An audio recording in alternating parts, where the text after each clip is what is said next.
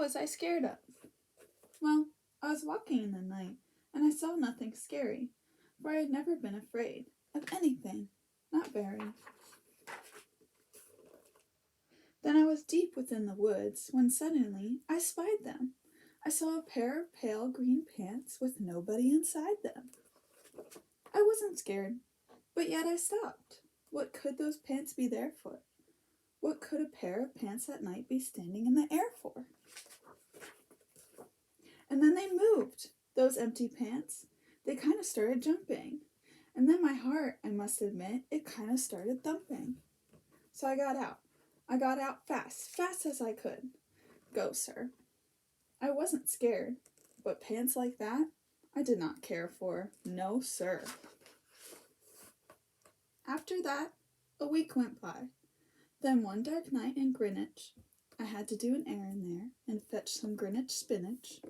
Well, I had fetched the spinach. I was starting back through town when those pants raced around the corner and I almost knocked me down. I lost my Greenwich spinach, but I didn't even care. I ran for home. Believe me, I had really had a scare. Now, bicycles were never made for pale green pants to ride them, especially spooky pale green pants with nobody inside them. And the next night, I was fishing for doubt trout on Rover River. When those pants came rowling toward me, well, I started in a shiver. And by now I was so frightened that I'll tell you, but I hate to. I screamed and rode away and lost my hook and line and bait too.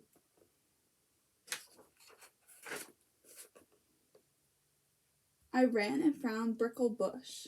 I hid myself away. I got brickles in my breeches, but I stayed there anyway. I stayed all night, the next night too. I'd be there still, no doubt, but I had to do an errand, so the next night I went out. I had to do an errand, had to pick up peck of snide in a dark and gloomy snide field that was almost 9 miles wide. I said, I do not fear those pants with nobody inside them. I said and I said and I said those words. I said them, but I lied them. Then I reached inside Snide Bush, and the next thing that I knew, I felt my hand touch someone, and I'll bet that you know who.